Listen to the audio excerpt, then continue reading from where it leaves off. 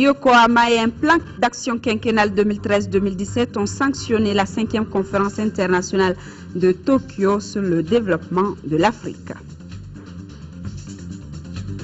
8e session ordinaire de la 4e mandature du Conseil économique, social et culturel.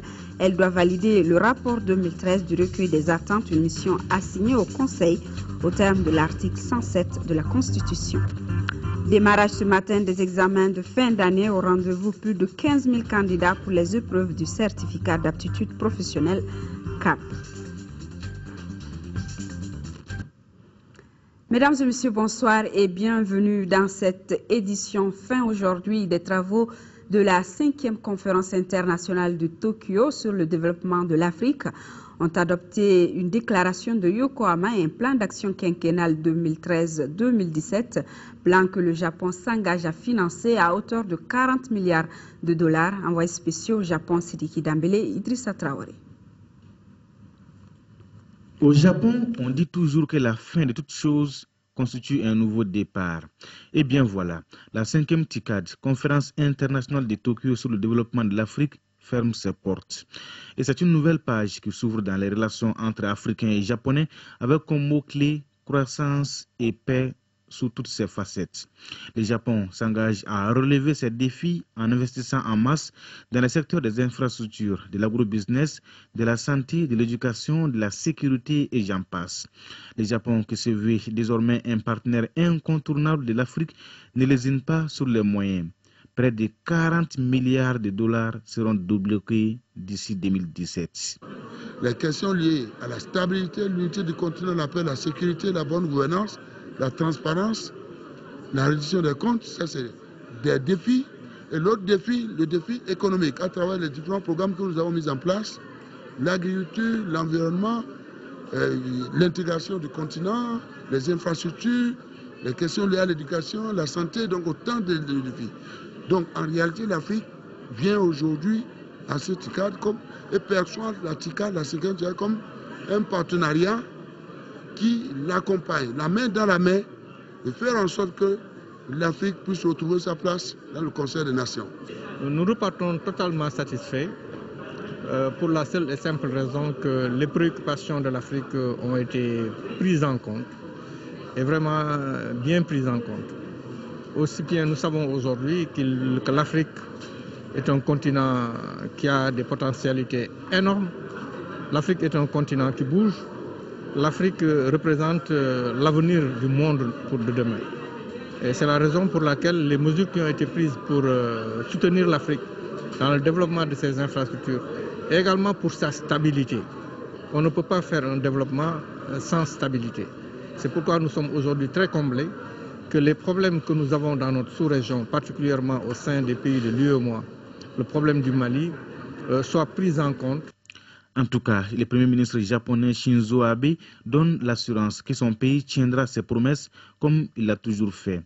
Reste maintenant aux pays africains de développer des initiatives nouvelles afin de tirer le maximum de profit de ces partenariats dans un contexte de concurrence.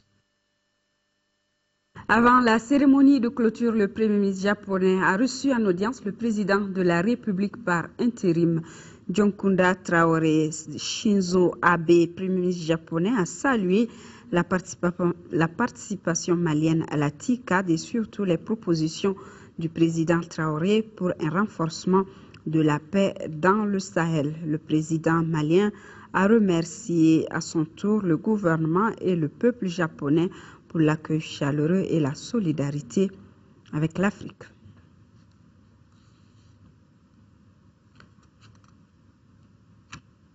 À marge de la TICAD, le président de la République a également rencontré la communauté malienne résidant au Japon, une colonie estimée à 150 personnes, essentiellement des étudiants, professeurs d'université et des cadres d'entreprise. Les échanges ont surtout porté sur la situation politique et sécuritaire du pays. Les Maliens du Japon, soucieux de ce qui se passe au pays, ont contribué à l'effort de guerre avec une enveloppe de 650 000 yens, nous signalent nos envoyés spéciaux.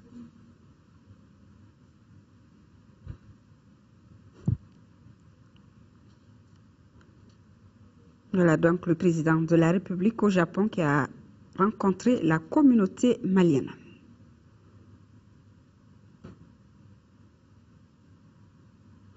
Ici à Bamako, à la primature, les membres du réseau libéral africain ont été reçus ce matin par le directeur de cabinet du Premier ministre. Ces membres sont à Bamako pour les travaux du Forum libéral. Pour plus de précision, nous écoutons Mamadou Lamine Ba au nom du réseau. Il est au micro de Agali Agadissa.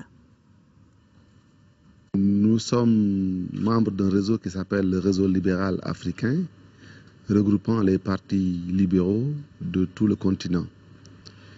Et nous étions venus dans votre beau pays pour apporter notre soutien dans la réflexion sur les solutions de sortie de crise.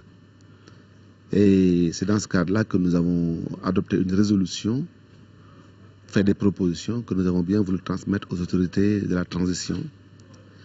Cette résolution, en réalité, elle s'articule autour des questions d'état de droit, de liberté, de cohésion nationale, qui sont également des valeurs libérales.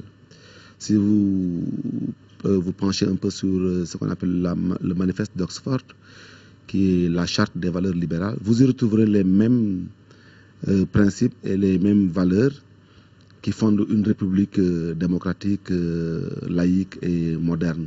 Et c'est ce que nous voulons pour le Mali, c'est ce que nous souhaitons pour le Mali, c'est ce que souhaite toute la communauté internationale. Étant donné que les valeurs libérales sont les mieux en même de stabiliser les États modernes, nous avons pensé qu'il était devoir de venir les partager avec la classe politique malienne, en commençant par notre premier partenaire dans le pays, le PCR, présidé par le président Ousmane Belfana Traoré. Une délégation de parlementaires français membres d'un groupe de travail permanent sur la situation au Sahel séjourne au Mali. La délégation et aussi la commission des affaires étrangères de l'Assemblée nationale française. La délégation a été reçue successivement par le Premier ministre et par le président de la commission Dialogue et Réconciliation. Voilà donc une délégation de parlementaires français membres d'un groupe de travail permanent sur la situation au Sahel. Cette délégation est aussi de la commission des affaires étrangères de l'Assemblée nationale française, délégation qui a été également reçue par le président de la commission Dialogue et Réconciliation. Il faut noter que cette délégation fait aussi partie du comité de surveillance chargé de veiller sur les questions de sécurité au Sahel. Auparavant, le président de la commission Dialogue et Réconciliation avait reçu le Conseil fédéral national des adeptes de la Tarika Tidjania et le porte-parole du cadre des concertations des femmes des partis politiques. Les deux délégations étaient venues exprimer leur disponibilité à accompagner la commission Dialogue et Réconciliation dans sa mission. Je vous l'annonçais dans les titres, 8e session ordinaire de la 4e mandature du Conseil économique, social et culturel. Elle doit valider le rapport 2013 du recueil des attentes, une mission assignée au Conseil au terme de l'article 107 de la Constitution. Le reportage de la cérémonie d'ouverture avec Mamari Kone. 15 jours pour examiner et adopter le recueil 2013 des attentes, besoins et problèmes de la société civile. C'est à cet exercice que s'attelleront les membres du Conseil économique, social et culturel. Cette 8e session fait suite à une série de missions effectuées à l'intérieur et à l'extérieur du pays. La population dans son ensemble fait face à un certain nombre de problèmes.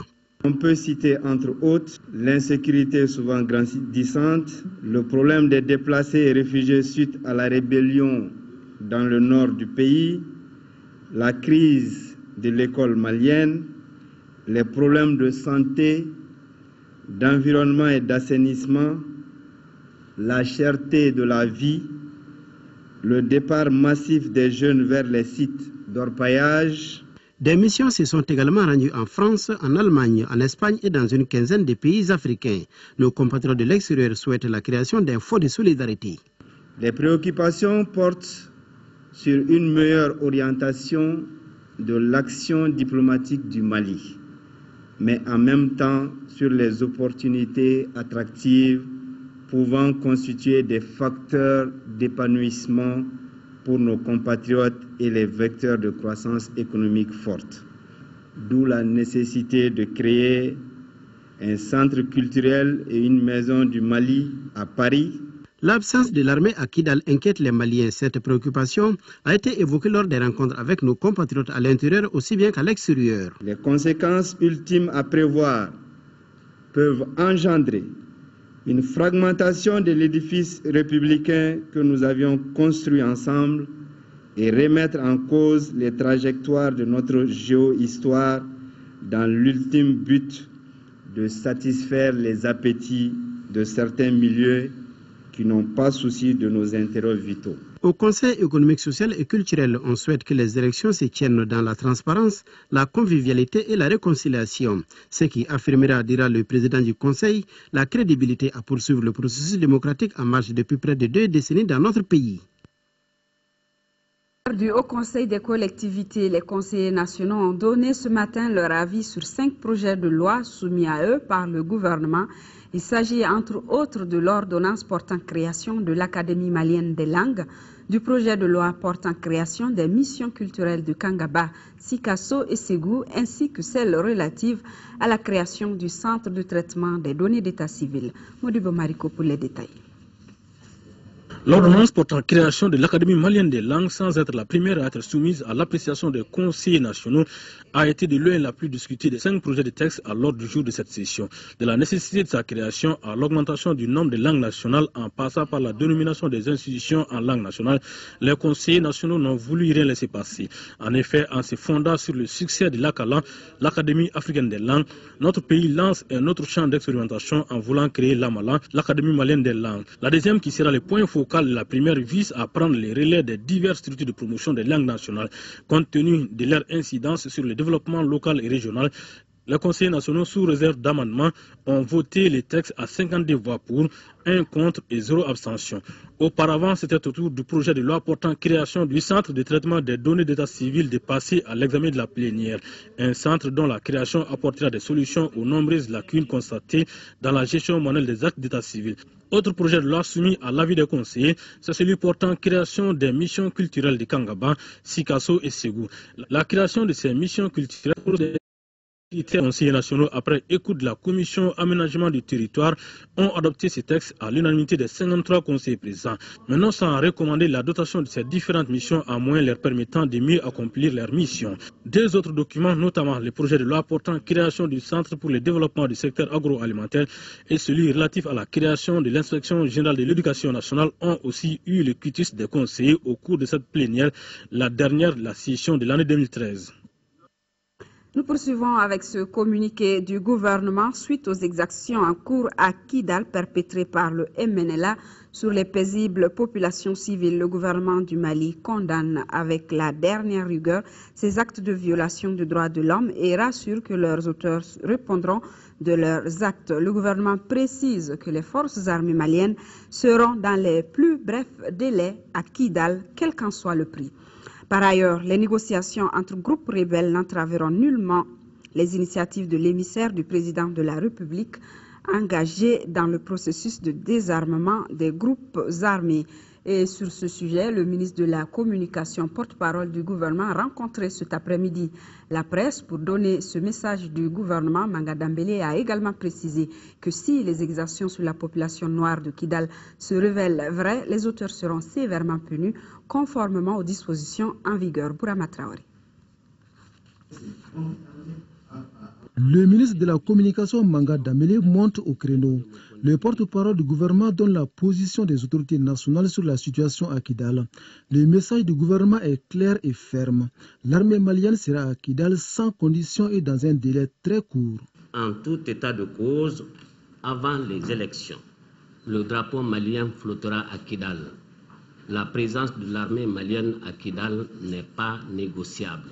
Le président de la République par intérim en tête, le Premier ministre et son gouvernement mettront tout en œuvre pour que l'armée malienne soit dans les plus brefs délais à Kidal. Les autorités souhaitent que cela se passe en parfaite entente avec la France, la CEDEAO, l'Union africaine, l'Union européenne, les Nations unies. Un autre message fort du gouvernement est relatif au dernier développement de la situation à Kidal. Le ministre de la Communication rassure, si les exactions sur la population noire se confirment, les auteurs seront sévèrement punis. Pas question d'admettre ce que le gouvernement appelle d'épuration raciale. Au Mali, nous n'avons pas l'habitude, nous, d'utiliser les expressions de couleur. Au Mali, nous n'avons pas la culture de dire les blancs ou les noirs. Mais lorsqu'on sélectionne les cibles, les personnes, par leur couleur, pour les séquestrer, pour les faire subir des sévices, pour les refouler vers Gao, ce sont des informations qui nous sont parvenues. Si cela est vérifié, nous ne cautionnerons pas ces pratiques en République du Mali.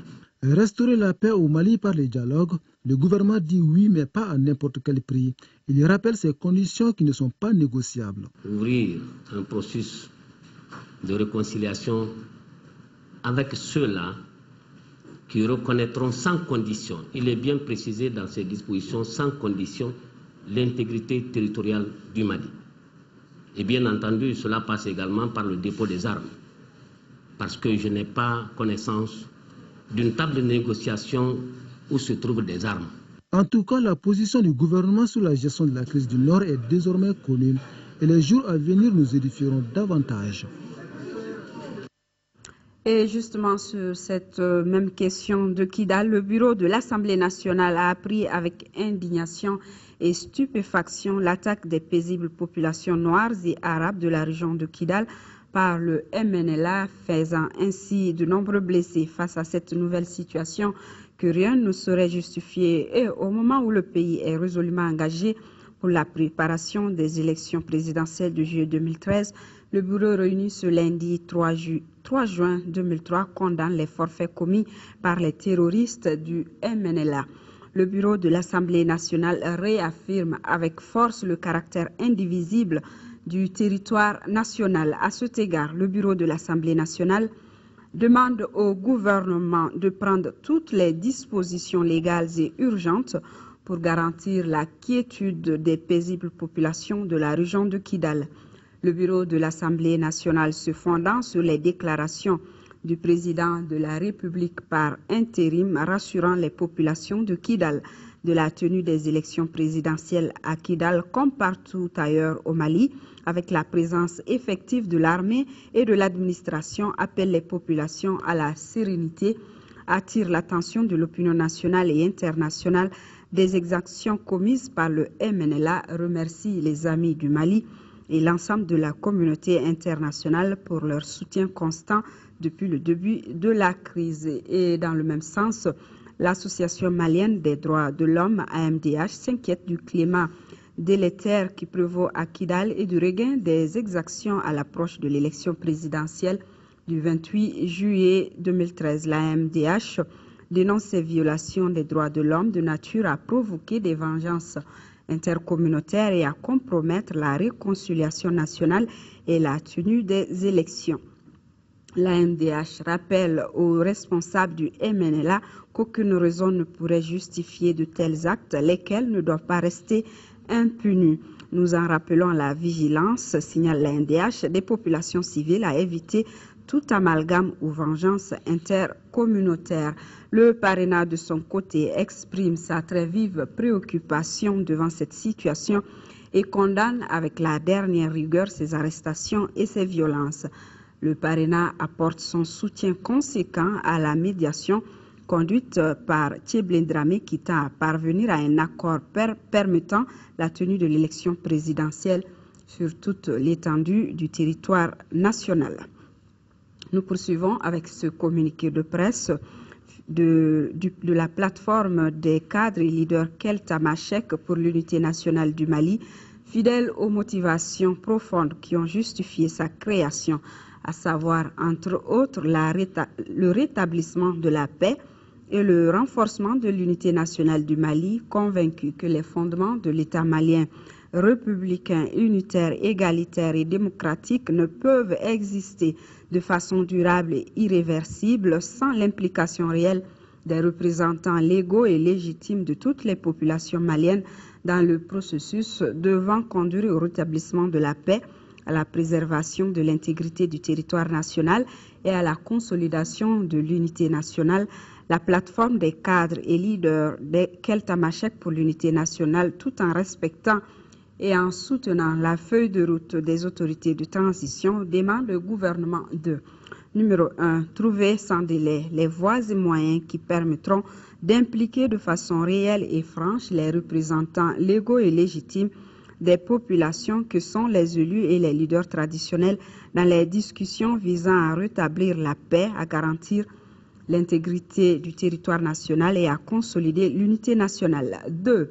Mettre en place tous les mécanismes nécessaires et appropriés pour le désarmement rapide et intégral de tous les groupes armés et de toutes les milices MNLA, MIA, MAA, Gandakoy, Gandaizo, etc. 3. Faire en sorte que la sécurité des personnes et des biens ne soit assurée sur le territoire national que par les seules forces armées et de sécurité du Mali et des pays amis participants à la MISMA et à l'opération Serval. La mission de formation de l'Union européenne pour le 1er bataillon de l'armée malienne s'achève dans quelques jours.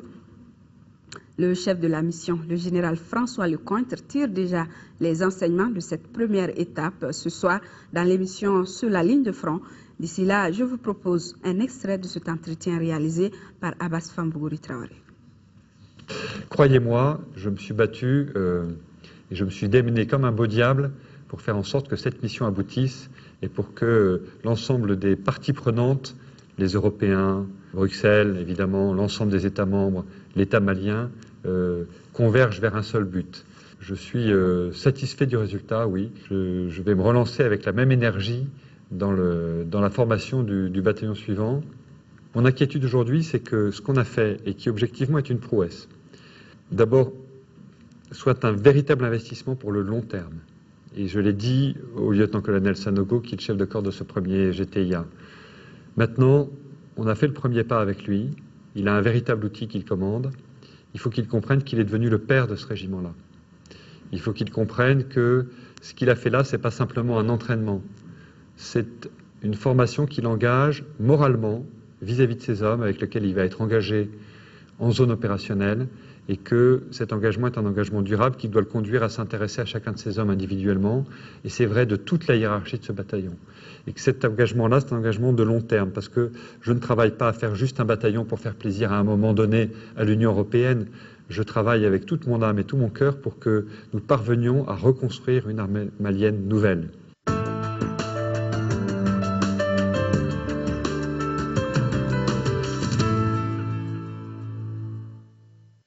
Élection de cette édition, le mouvement populaire MP22 reste préoccupé par la situation de Kidal.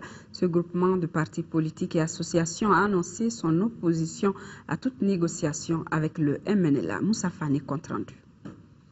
Le mouvement populaire du 22 mars MP22 tient à la présence de l'administration à Kidal. Les mouvements exigent la même chose pour l'armée malienne en vue de la tenue de l'élection présidentielle. L'opinion publique commence à percer et n'admet pas qu'à Kidal, il soit question de ce qu'ils ont entendu dire, que les choses se feraient en 2 temps.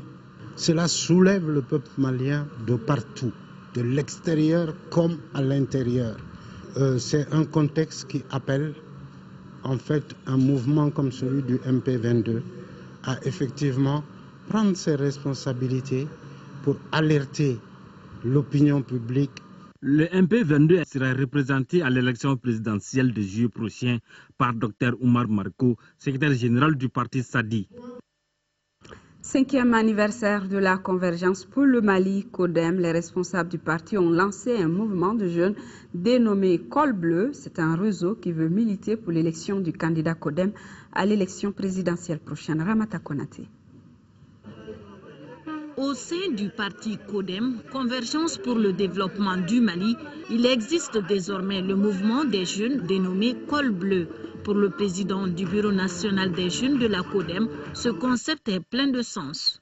La dénomination Col Bleu n'est pas qu'une façon de s'habiller, mais un idéal, une philosophie, une façon de vivre. Ce mouvement, au-delà de la jeunesse CODEM, vise à encourager une forte implication des jeunes dans la vie politique et assurer leur meilleure représentation sur la scène politique. Ce réseau ambitionne de mobiliser 300 000 voix pour son candidat à l'élection présidentielle. L'enjeu est de taille, mais face à l'union, rien n'est impossible. La victoire est possible. Mobilisons-nous pour cette victoire. J'invite la jeunesse malienne, et particulièrement l'école bleue de la CODEM, à faire preuve de sagesse dans tout ce qu'elle fait. Une invitation à accepter qui pourra certainement aider les jeunes dans la construction du pays et le changement tant souhaité. Les responsables de la CODEM ont placé leur confiance en ces jeunes qui ont choisi la couleur bleue comme pour signifier l'espoir. Vous êtes l'espoir de tout le Mali, l'espoir de nous, vos aînés.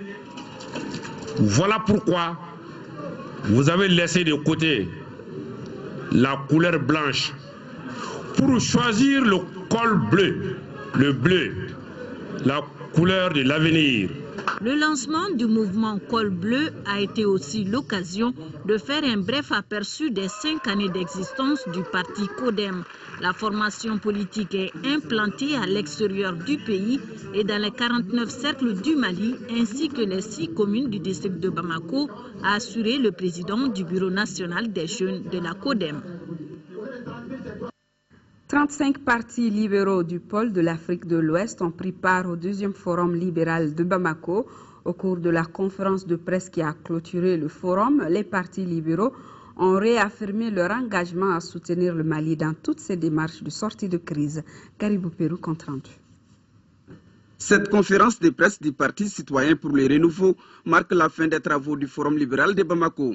Un forum qui a pour thème la crise du Mali et la gouvernance sécuritaire en Afrique de l'Ouest. Les libéraux ont élaboré une résolution dite résolution de Bamako dans laquelle ils montrent leur position sans ambiguïté sur la laïcité et l'unité du Mali. Le réseau libéral africain propose aux autorités maliennes, à tous les acteurs de la crise, ainsi qu'à la communauté internationale, régionale et sous-régionale ce qui suit. Restaurer la totalité du territoire national en vue de l'organisation des élections. Concernant justement la question des prochaines élections et le soutien de la candidature de Ousmane Ben Fana Traoré, les libéraux précisent qu'on n'emprunte pas l'autoroute en sens inverse. Nous nous sommes déplacés ici à l'invitation de la Fondation Friedrich Naumann, du Forum libéral, pour à la fois réfléchir sur la crise au Mali, et nous avons considéré que notre meilleur porte-drapeau pour les valeurs du libéralisme auquel nous sommes attachés était le président Ousmane Traoré. Et donc nous soutenons sans réserve sa candidature. Le président du PCR, Ousmane Ben Fana Traoré, n'est pas seulement le candidat du PCR, il est aussi celui de tous les partis libéraux. Suite au Forum libéral, que l'ensemble des partis libéraux ici en Afrique de l'Ouest ont souhaité une candidature libérale ici au Mali. Nous allons nous réunir très rapidement pour étudier cette proposition. La présente résolution du réseau libéral Afrique d'une 20aine de pages sera soumise dans les jours à venir aux différents chefs d'État africains. Son contenu évoque la refondation de l'État de droit, la garantie de la sécurité des populations et la mise en place d'un mécanisme de lutte contre toute forme de terrorisme en Afrique. Mouvement pour l'égalité, le renouveau et l'émancipation est une nouvelle association politique dirigée par notre consoeur Sey Mariam Traoré. Son lancement a eu lieu à Kobri, chef-lieu de la commune située dans le cercle de Kita. Envoyé spécial Hadama Diakité, Tiemogo Konet. Ce samedi 1er juin, la population des 17 villages de la commune rurale de Kobri dans le cercle de Kita est sortie massivement pour accueillir le mouvement maire, mouvement pour l'égalité, le renouveau et l'émancipation.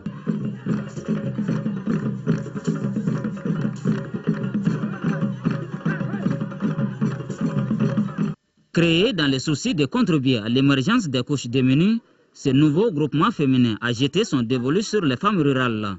Parce que tout simplement, je suis une fille de cette commune de Kobri, particulièrement de Djonfakourou. Il s'est imposé à moi qu'il fallait que ce soit dans mon village que je fasse le lancement de ce mouvement.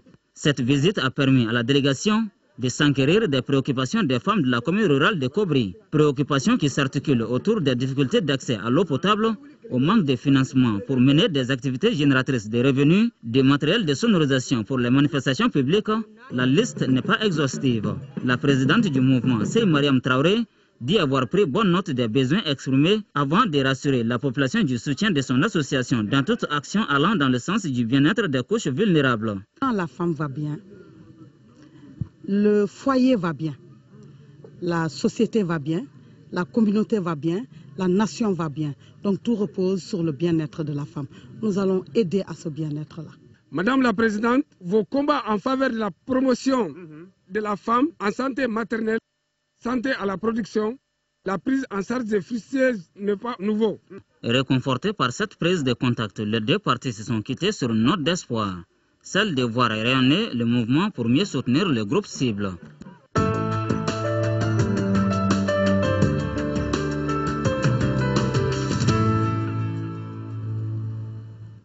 Les examens de fin d'année ont démarré ce matin avec les épreuves du certificat d'aptitude professionnelle CAP. Boucar Moussa Diarra, ministre de l'Éducation, de l'Alphabétisation et de la Promotion des langues nationales, accompagné des membres de son cabinet, s'est rendu dans 2 centres du district de Bamako pour s'enquérir des conditions de déroulement des épreuves. Nando Dambélé pour les détails.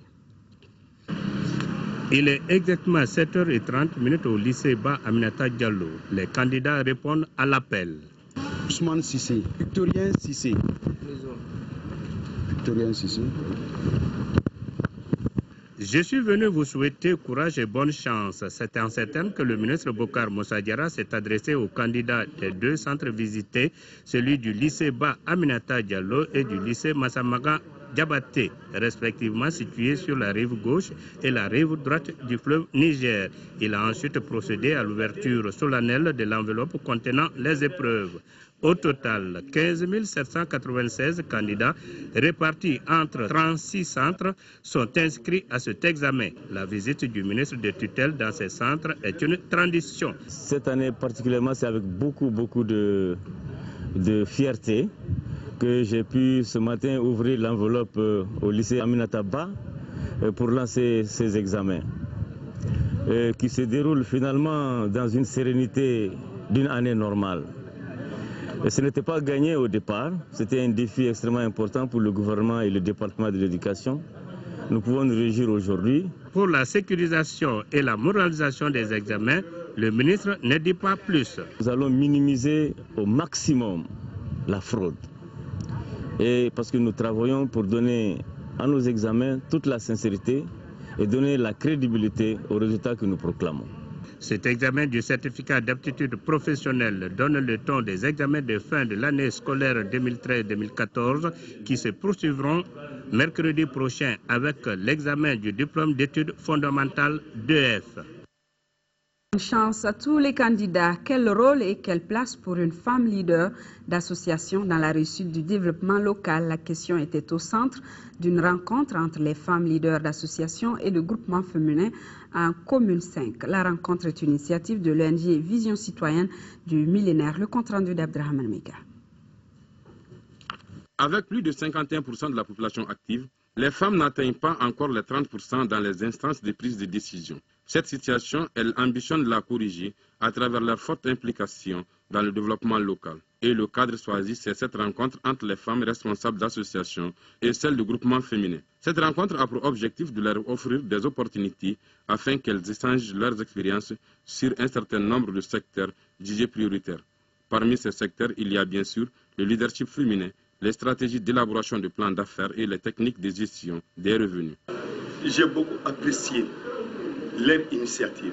Donc c'est très important que ces femmes aient reçu ainsi une formation qui leur permette de faire avancer non seulement leur foyer, mais également leur communauté et toute la nation. Ce projet est une initiative de l'ONG Vision Citoyenne du Millénaire. Une ONG qui, depuis un certain temps, a inscrit dans ses priorités l'amélioration de la participation des femmes dans les instances de prise de décision, tout en favorisant l'autonomisation des femmes. Si aujourd'hui les femmes apprennent la vie associative, qu'est-ce que c'est qu'une association, qu'est-ce que c'est qu'un parti politique, Je pense qu'elle serait en mieux de pouvoir jouer pleinement sa partition dans la construction de l'édifice national. Pour atteindre les objectifs de sa politique, Vision citoyenne du millénaire a initié une série d'activités. Ce processus qui durera 2 mois aboutira à une meilleure préparation des femmes pour les combats du changement. Un changement qui passe non seulement par leur forte implication dans les instances de prise de décision, mais aussi à mieux affronter les élections de 2013.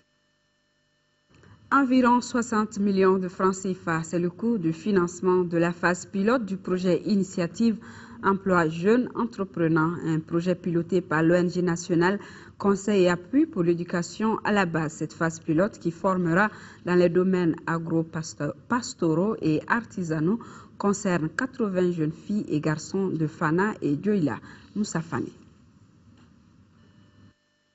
L'ONG nationale Conseil et appui pour l'éducation à la base, CAEB, et son partenaire néerlandais ICO sont les initiateurs du projet Initiative Emploi Jeunes Entrepreneurs. Un projet axé sur l'apprentissage des corps de métiers porteurs pour les jeunes en milieu rural comme menuiserie et couture, entre autres.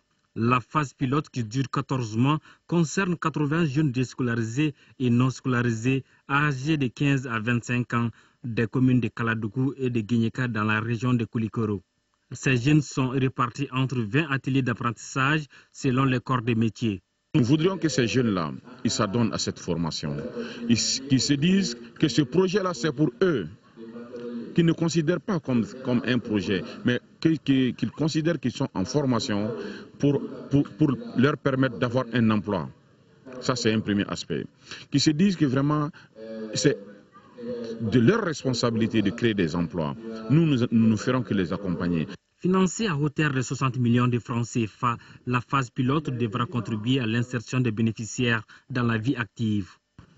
L'ultime objectif visé à travers ce document est de réduire progressivement le taux de chômage des jeunes en renforçant leur employabilité pour faciliter leur insertion et assurer le développement du secteur privé avec la mise à sa disposition d'une main-d'œuvre hautement qualifiée. Le projet Initiative Emploi Jeunes Entrepreneurs entend former et insérer 500 jeunes filles et garçons dans le marché de l'emploi d'ici 2017 dans le cercle de Dioïla. L'ONG CAEB a remis du matériel à la vingtaine de maîtres chargés de former ces jeunes. Le premier Forum national du tourisme responsable et durable du Mali a démarré ce matin au Parc national du Mali. L'événement, qui est une initiative de l'Association pour la promotion du tourisme au Mali, réunit les professionnels du secteur, toutes catégories confondues. La promotion d'un tourisme responsable au Mali à travers la sensibilisation, les échanges et autres concertations est le but du forum. Modibo Soirée. Face aux dérives constatées dans l'industrie du tourisme à l'échelle mondiale, de nouvelles formes de tourisme ont vu le jour, à savoir l'écotourisme, le tourisme solidaire, le tourisme alternatif et bien d'autres. C'est fort de ce constat que l'Association pour la promotion du tourisme au Mali a initié ce premier forum, une rencontre qui ambitionne de prendre en compte les avantages comparatifs de toutes les nouvelles formes du secteur. Ce forum va donner un grand coup de balai pour le tourisme responsable durable du Mali. Ce serait un point focal de l'ensemble des acteurs du tourisme. Et à partir de ce forum, nous allons avoir au moins une force de faire face aux attentes des populations. Pendant 2 jours, plusieurs thématiques seront au cœur des échanges, parmi lesquels les enjeux et perspectives du tourisme responsable au Mali, la protection de l'environnement, l'impact de la crise sociopolitique et sécuritaire, ainsi que la mise en place d'un réseau national. Autant de sujets qui permettront de relever certains défis auxquels le tourisme malien est confronté aujourd'hui. Les défis maintenant que nous avons, c'est essayer d'organiser un séminaire atelier sur tous ces concepts-là, afin que tous les acteurs partagent ces concepts et que nous essayons de les adapter au camp malien. Le forum se veut donc une plateforme de réflexion approfondie afin de donner au tourisme malien son lustre d'antan. J'ose espérer qu'à l'issue de vos échanges et discussions, les concepts de tourisme responsable et durable seront largement partagés et qu'un cadre de concertation réunira désormais les acteurs et intervenants du secteur autour des objectifs de développement durable et de promotion de la diversité touristique respectueuse de l'environnement. Prennent part à ce premier forum national du tourisme responsable et durable au Mali les voyagistes, les organisations de défense de l'environnement ainsi que des professionnels évoluant dans le secteur touristique au Mali. Sport football, championnat national de Ligue 1 à l'affiche de la 24e journée. 2 rencontres, les 11 créateurs de Niarela ont été battus par l'ASB 3-2. L'AS Bakaridjan a gagné par 1-0 contre Attar Club de Kidal. Le résumé des matchs avec Diara Konate. Les 11 créateurs de Niarela, nullement inquiétés dans ces championnats, à 6 journées de la fin, se sont fait battre par l'ASB 3-2. Cette association sportive de Bamako prend ainsi une bouffée d'oxygène en vue du maintien. C'est au 7e et 11e minute que le public verra 2 fois l'ASB trouver le fond des filets avant de se faire rejoindre au score. Le premier but est l'œuvre de Boubacar Sissoko sur un corner tiré par Malik Berté. Le second est inscrit par Mamadou Diallo qui a récupéré une balle en profondeur pour battre le portier. Les créateurs de Niarela, blessés dans leur orgueil, mettent toutes leurs compétences dans le jeu. L'attaquant des 11 créateurs, Amidou Sinayogo, fera parler de lui avec 2 réalisations. À la 23e minute, il se détache de son vis-à-vis pour battre intelligemment Sori Traoré, le gardien de but de l'ASB. Les joueurs de Garantibou se font piéger. Djadjiri Konaré, en position de dernier défenseur, commet l'irréparable dans la surface de réparation. Le penalty est transformé par Amidou Sinayogo. Les 2 équipes regagnent les vestiaires sur le score de 2 buts partout à la pause. À la reprise, l'ASB, qui a son sort entre les mains, tente toutes les options. Malik Berté, à une trentaine de mètres, surprend le portier Germain Berté. Malgré plusieurs assauts offensifs des joueurs de Niarela, le rêve de l'association sportive de Bamako ne sera plus brisé. 3-2, c'est le score final en faveur de l'ASB. Juste après, Attar Club de Kidal en orange jouait contre l'AS Bakaridjan de Baraouli. Dans cette rencontre débridée, sans aucune franche occasion de but, les 2 équipes partent à la pause avec un score nul 0-0. En seconde période, le jeu s'anime avec quelques belles initiatives. Les Kidalois prennent le contrôle de la partie et obtiennent un penalty à la 53e minute. Mais le manque de réalisme l'emporte.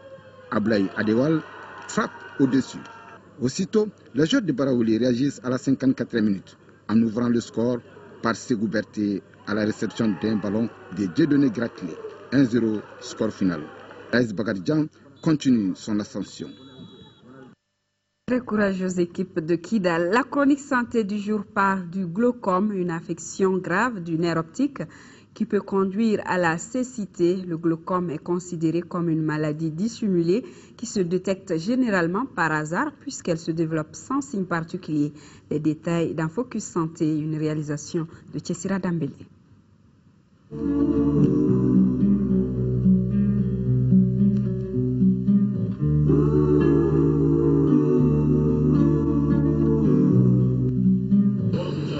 Le glaucome est une atteinte du nerf optique reliant l'œil au système nerveux. Dans le monde, plus de 60 millions de personnes souffrent de cette maladie qui peut conduire à la cécité si rien n'est fait, alors que 6 autres millions de personnes ont déjà perdu la vue.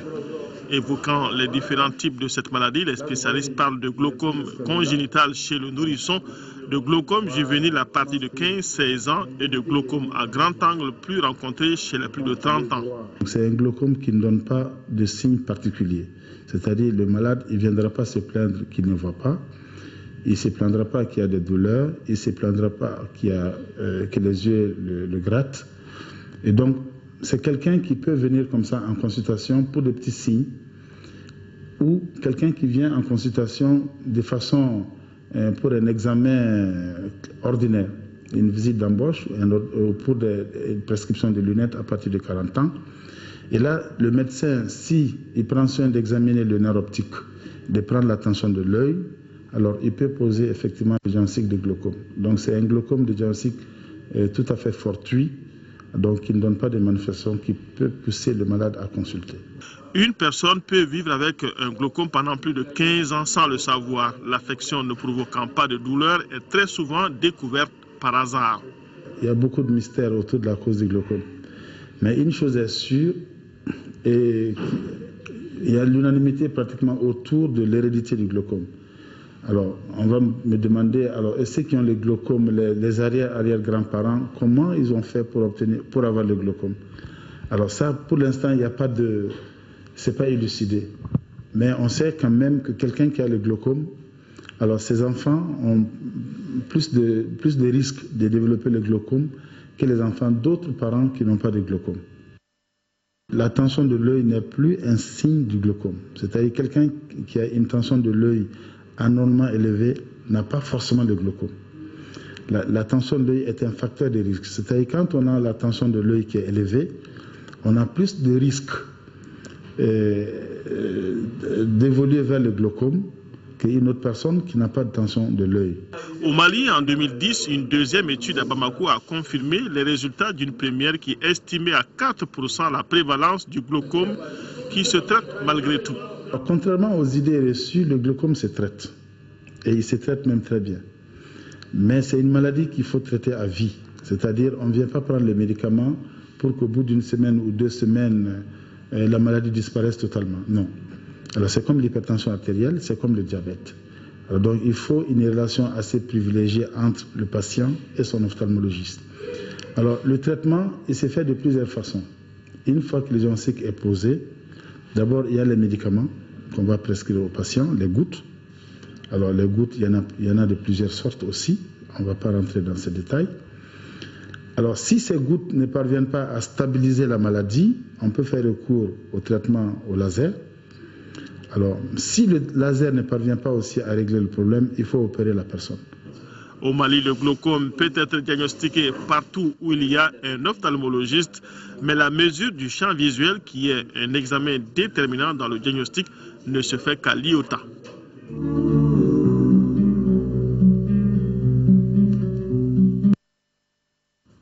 Nous sommes à la fin de cette édition